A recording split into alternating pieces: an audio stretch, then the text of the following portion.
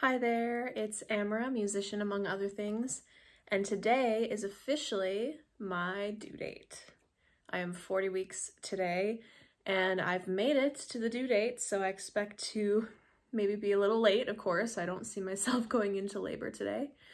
So I wanted to kind of give a brief talk and review of the third trimester for me. And then later on, after a few more months, I might talk about the birth and the fourth trimester or postpartum. So I have my notes, so don't mind me looking down here a little bit. First, I'm going to talk about some physical symptoms, and then we'll go into like the emotional changes and just habit changes through the third trimester. So most sources will say that the trimester starts at 28 weeks. So 28 to 40, however, 37 to 42 is considered very normal for length of pregnancy. So I'm expecting, my guess right now is to go right on 41 weeks, and everyone in my family thinks they'll go at some point this week. So yeah, I'm gonna talk a little bit about it. More towards the beginning of the third trimester, I was still in a really good place. Physically and emotionally and mentally. I had pretty moderate to severe SI pain, which is like nerve pain in the hips and lower back, and it can kind of refer down the legs sometimes. And I was having that pretty severe some days where I couldn't even walk, and I wasn't sure why it got so bad. Sometimes having more relaxin in your body loosens up those joints, and then there can be more issues with them. So I've heard that can happen to other women, but I've also experienced that sensation before when I'm not pregnant. I have that on and off chronically. So it was such a familiar experience that it didn't really throw me off. And overall, I still felt really good. I've had a lot of round ligament pain with my pregnancy. There's 2 points on the right hand side of the lower abdomen where the round ligaments that support the uterus are. And certain movements or ways of trying to sit up or do things would sometimes cause aggravation to those ligaments. Sometimes they would just ache on their own, and then sometimes I would tweak them and there would be a cramp, and then I would be kind of really sore and sensitive there to the touch and to the movement for a good few days till it flared down. And that's not something I've heard everyone having, but it's definitely a pregnancy thing. My chiropractor kind of helps to release those points a little bit and keep me paying attention to them. And I was told to do, stretching the quads and hip flexors and inversion, trying to stretch out the ligaments here in the lower abdomen to make good space for baby. It was really important that I worked at that a little because I felt very locked and guarded in my lower abdomen, and that's an important area to be loose during labor and things. So I kind of stopped having too much of that a few weeks ago. I still have sensitivity there, but I don't get cramps and I don't have like severe pain there ever, or mild to moderate even. So heartburn and reflux has been a reality throughout the pregnancy. I just didn't really realize it right away. It's been interesting learning about all these different symptoms and being able to put names to them, whereas before I was just like, oh, threw up in my mouth a little again. But I've been having that the whole time. However, I thought it'd be a lot worse, especially towards the end of pregnancy here, and I was still able to eat almost full meals. I was still able to enjoy fast food sometimes, and it wasn't too bad. I only had one day. I was about 33 weeks, and it was on our trip, and it was after a very large meal with lots of fried food where I had terrible heartburn and reflux for 24 hours. It was really bad. It was in the car on the way home. So I was just in the car miserable for hours of driving. But my recommendation to you guys, try eating watermelon in the morning because it's like a natural cure or prevention for heartburn. It's very base and it helps prime the stomach and help with those acids. So it works maybe similar to Tums, but it's just a natural option. And I was craving that and I didn't know why. And turns out it was helping with my heartburn. So I had watermelon every morning for several weeks because it really seemed to help reduce that. Been feeling my boy up in my ribs for a long time. I'm not sure exactly when that started. It wasn't too far after the beginning of T3, and he has not left. Baby did drop, but even after the drop, he's still there. So like his feet are still getting up in there, and that rib pain can be, it's usually not terrible, but he can kick sharply and then it hurts and it's like, oh, it's like a shock kind of. And then sometimes he's just under there like pushing out on them and they feel almost bruised internally, and that's just not a great feeling. A little bit later in through like half and beyond of T3, I was having a lot of back pain and tension. I was still working up until 38.5 weeks. I was actually able to finish with all of my clients that I'd scheduled. I was very, very grateful because overall my symptoms were manageable and it wasn't causing me to be bedridden or needing to sit a lot, but I just sat more at work and adapted and was able to continue working until I chose to stop. But the neck pain has been worse than the back pain. Using the pregnancy pillow that I have, it really supports the hips and the lower back really nicely to help reduce the pain there, because there is a lot of weird sensations you'll get there. But the neck suffers, and I have neck issues. I've had a car accident in which some of my neck muscles were torn and I probably had some whiplash. And I am very susceptible to getting cricks in my neck or being very tight there in general. So the pregnancy pillow has definitely aggravated that for me. Getting chiropractic adjustments and massages fairly regularly has helped me keep that at bay a little bit. And I also do a lot of self-massage. I am a massage therapist, so I know what to do. But right now, today, I have a really bad crick in my neck, and so I'm hoping to get one more adjustment in tomorrow. I have it scheduled, and hopefully that will help. My midwife claims that the cervical spine are somehow correlated with the cervix, so hopefully that helps with everything else when I get adjusted. Something that started, gosh, like 4 weeks ago or something, is at night, sometimes my hips would just ache. It wasn't like sharp pains, but it was just like this deep ache I can't ignore.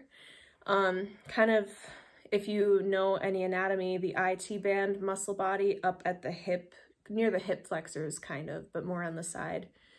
And then of course my pelvic floor and just my upper legs, in my lower back, it would just ache. And so I have to move at night more to make sure that I don't feel that sensation.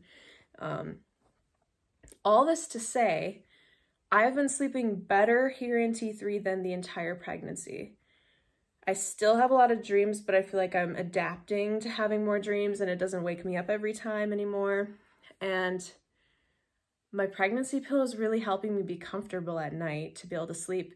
So I usually only wake for my bathroom breaks, which at first was once a night, probably starting maybe 34 weeks or so.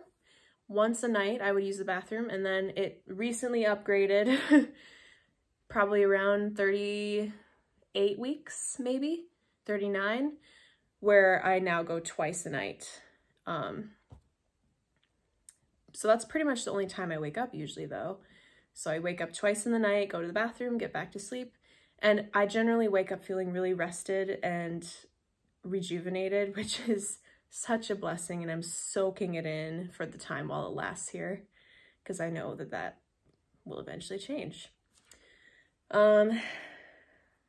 Yeah, pelvic floor too. It's such a weird feeling every morning for about an hour or two after I get up to still feel that like ache in my pelvic floor, the fullness of my pelvic floor. Like it's like a hammock that's stretched out and it's just like, you know, and it needs to kind of like move around and bounce back a little bit before it goes away. One other thing, okay, so then I guess there's a couple other things here. I've found in the last couple weeks specifically, it's been actually a lot harder to stay hydrated, and I've felt more susceptible to cramping. So my midwife has been recommending lots of magnesium, eating bananas and taking supplements, and lots of hydration and electrolytes. So making sure that you're able to properly absorb the hydration you're putting in your body by having those healthy electrolytes to make it possible to absorb properly. And so I've been just like loading up on all of that, electrolytes, magnesium, water as much as possible. And I feel like it's hard to keep up. I've had a few cramps here and there, and I've stopped some before they started. I just feel like it's even going to be more challenging when I'm breastfeeding to keep on top of hydration. So I need to do it now and be good at it. I feel like my neck, since it's been so tense lately, it will get triggered, like a headache may be triggered if I am dehydrated. So I've also been constantly feeling on the edge of a headache for the last week or two. And it's been really important to stay hydrated to prevent that from happening, because headaches suck and I don't need any more symptoms. Lightning crotch, guys, it's real. It's fun actually kind of to start to identify these different sensations in your body. Lightning crotch is like kind of similar to a gas pain, but it's in your lower pelvic floor area. And it's actually your cervix. So you start to realize, okay, that's cervix pain. That's what my cervix feels like. So now I'll be able to identify maybe what it feels like when my cervix is dilating. And I'll be able to be like, oh yeah, my cervix is dilating. Or I feel pressure on my cervix. And then I've also started to have Braxton Hicks. I didn't really realize until 36-ish weeks when my midwife identified them for me, but I'd been having them noticeably enough since at least 34 weeks. I'm sure it was before too, but just not as obvious. And they come in two forms. One is like a mild period pain, which you hear people say a lot, but it's that like burning feeling in the lower abdomen, which is very much womb pain. It's unmistakable and feels very familiar, but it's mild. It's uncomfortable, but it comes and it goes quickly, just like a contraction. And mine have been very random. Sometimes they are along with the contraction, sometimes they're not. And then the other form of Braxton Hicks is like the tightening of the abdominal muscles, which sometimes I barely notice because it's just milder. And then there are other times where it's like, oh, I feel really tight right now, but it doesn't hurt at all. It's just maybe a little tight and uncomfy. Excuse me. Still been burping a lot. I'm a pregnant lady. But so both of those will happen, sometimes together, sometimes separately. And there have been times where I've been having those consistently all day. I've never timed them. I just knew that it wasn't labor. I was not questioning that it was or wasn't labor. I had no brain sensations or body changes to indicate that I'd be in early labor, so I was never worried, but it's been very frequent. And as soon as I became more aware of them, I was like, whoa, like there were times where I had 5 in a row that seemed a few minutes apart, you know? And so, but I just knew I was not in labor, so I didn't need to time it. I still don't feel like I'm gonna go into labor in the next day or two. Of course, that could change quickly. We'll see. Just a couple other notes. I ended up taking my ring off at 35 weeks because 2 times I swelled enough where it was kind of scary. It doesn't happen often. Usually just when I'm really hot and we've been having lots of hot weather, or if I move and am too active and I don't rest enough, then it'll happen then too. So I just decided to take it off because I was scared enough the last time it happened, and trying to get it off was not comfy. So I was like, I'm gonna leave it off for now. And then foot pain, guys. I've put on 20-ish pounds in the 3rd trimester. And that's a lot of weight to gain in a short period of time. I've never had that kind of weight gain in my life. So that puts me at almost 45 pounds to the end of my pregnancy here, which is a healthy amount. but it is a lot. I feel very heavy and my feet hurt a lot. They're swelling a little bit, which is normal. A little bit of foot and ankle swelling is normal. And so that's been kind of not the greatest. I never was one who loved foot massage, but these days, whenever my husband's like, you want me to rub your feet? I'm like, oh my gosh, yes. It feels so good. But yeah. Now, in the other departments, like emotionally, mentally, it's been a really good trimester that way too. I remember mentioning that later T2, I really started to fully accept and grow to appreciate this pregnancy and just feel blessed and lucky. And I can proudly say that at around 36 weeks or so, I was like, yeah, I'm ready. I'm ready. You know, like I could actually say I'm ready to become a parent. I'm ready to take on this change in life. And I have no reservations and I'm starting to get really excited. So I've been feeling a lot of the excitement, a lot of the anticipation, and it feels really good because I didn't have that right away. And it really helps smooth over all these symptoms that you experience because you know it's all going to be worth it. I've been preparing for labor and delivery. I was working out a little bit in T3 and I ended up stopping around, gosh, middle of T3. I didn't last super long in T3. I think that working out was good for me for some time, and then at some point it started to aggravate a lot of my pain a little more, even though I was specifically doing prenatal workouts. So I decided it was best to cut back, but it's important to still stay active and moving and have a purpose in life. And so I've been doing that just in different forms. So I've had the last week and a half off. I've been able to catch up on everything. Everything's done on my to-do list. I don't feel like I've gotten to a nesting feeling yet. I expect nesting to feel like more than just normal bursts of productivity because I've always had just normal ones here and there. And I've had enough of those to get things done. And sometimes I force myself to get things done because I know they need to.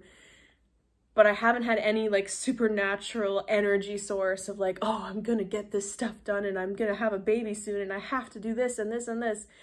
I haven't had any of that yet. So I'm wondering if I'll be one of those people who doesn't experience that or if that will just kick in like right before or what.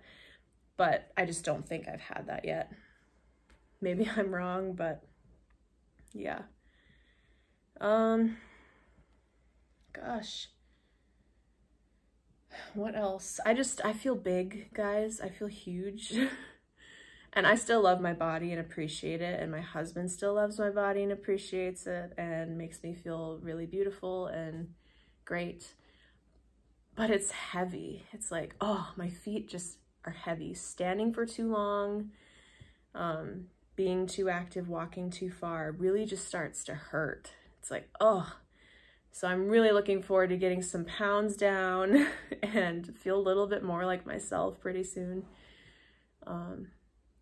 Trying to just mentally prepare for labor and delivery as well as for postpartum, which are two things that are very difficult and challenging in their own way. I haven't gotten to that point of get this baby out of me because I'm very realistic in knowing that both labor and delivery and postpartum are going to be difficult and challenging seasons, and he takes good care of himself in here. I don't really have to do too much, so I'm content, you know, but I am preparing as much as I can, but also just praying for strength and God's grace, because I know that no matter how much preparation I do, I won't really know what it's like until I'm there, and I'm going to need him to lean on through it all. So yeah, pregnancy has been an absolutely gorgeous, beautiful journey. Really one of the hardest things I've ever done in my life. But like I keep saying to my husband, everything I've experienced physically, even emotionally, since the first trimester and half of the second, just seems so small compared because I was so honestly miserable during that time and just trying to get by and survive. Whereas everything that's happening now, like I can still function, I can still feel good and enjoy life a lot more. And so I'm grateful, and there's plenty of symptoms every day, but just none of them feel comparable to that season. So also just wanted to add on though that I can look back and see how that season grew me and changed me and prepared me and strengthened my marriage relationship, and just gave me so much peace to know that together we can get through this, and that God is here being my source. And so, yeah, I guess that's most of it. Am I nervous for labor and delivery? I'm not nervous or fearful. I've definitely had some moments of like, wow, this is real and it's about to happen, like actually. And I have no idea what it's going to feel like. And going into it, I know that it can be a beautiful, transformative, amazing experience. It doesn't have to be traumatic, but I also know it's going to be one of the hardest things I ever do in my life. And so there's a sense of humbling and kind of arming for battle and preparation for it. But I also feel empowered, and I feel like I can come out of it triumphant and having learned something and grown from it. And again, just so excited to meet our boy. So it's obviously all going to be worth it. But yeah, I'm preparing for my birth. Got my birth team picked out, and I'm really excited. Could be any day now. So thank you for watching. If you have any other specific questions about T3, I'll do what I can to answer them for you in the comment section below. Thank you so much, and have a good day.